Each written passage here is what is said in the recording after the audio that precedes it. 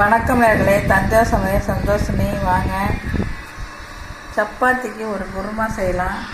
சூப்பராக இருக்கும். தேவையான பொருட்கள்: வெங்காயம், இஞ்சி, பூண்டு, தக்காளி, பச்சை மிளகாய், சோம்பு, கொஞ்சோண்டு கடலைப்பருப்பு, கசகசா, முந்திரி பருப்பு, தேங்காய், கரம் மசாலா பவுடர் எடுத்துருக்கேன். இப்போ இதை பற்றி நல்லா வதக்கிட்டு நம்ம அரைச்சிட்டு வந்துடலாங்க.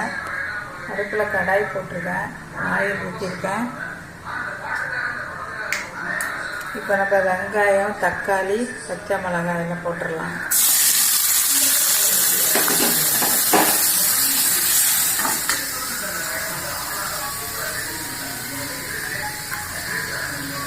கொஞ்சம் சோம்பு போட்டுடலாங்க. கசகசா, முந்திரி பருப்பு, இது கடலைப்பருப்பு, தேங்காய், கரம் மசாலா பவுடர் போட்டாச்சுங்க. இதை நல்லா வதக்கிட்டு அரைச்சிட்டு தாளிக்க வேண்டியதாங்க. இப்போ இதை நல்லா வதக்கணுங்க. வதக்கிட்டு நம்ம ஆற வச்சு இதை அரைச்சிட்டு வந்துடலாம். இஞ்சி பூண்டு விழுது போட்டாங்க. நீங்கள் இஞ்சி பூண்டு தனியாக உரிச்சு கூட போட்டுக்கலாம். இதை இப்போ அரைச்சிட்டு வந்தாச்சுங்க. இந்த அடுப்பில் ஆன் பண்ணி கடாய் போட்டு ஆயில் ஊற்றிருக்கேன். கொஞ்சமாக சோம்பு போட்டுடலாம்.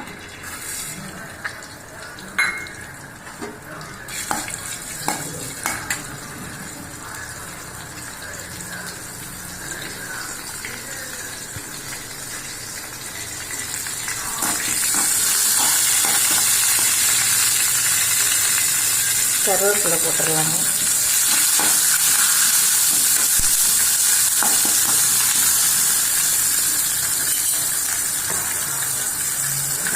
இப்போ நம்ம அரைச்சிருந்ததை ஊற்றிடலாம்.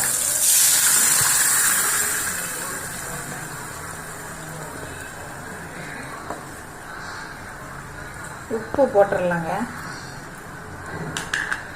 தண்ணி ஊற்றிக்கோங்க. நல்லா கொதித்து இறக்க வேண்டியதாங்க. சூப்பராக இருக்கும். தோசை, இட்லி, சப்பாத்தி, பரோட்டா எல்லாத்துக்குமே நல்லாயிருக்கும்.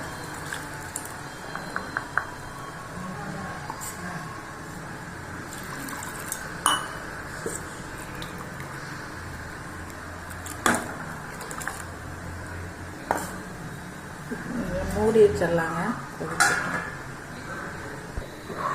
குருமா ரெடி ஆகிடுங்க.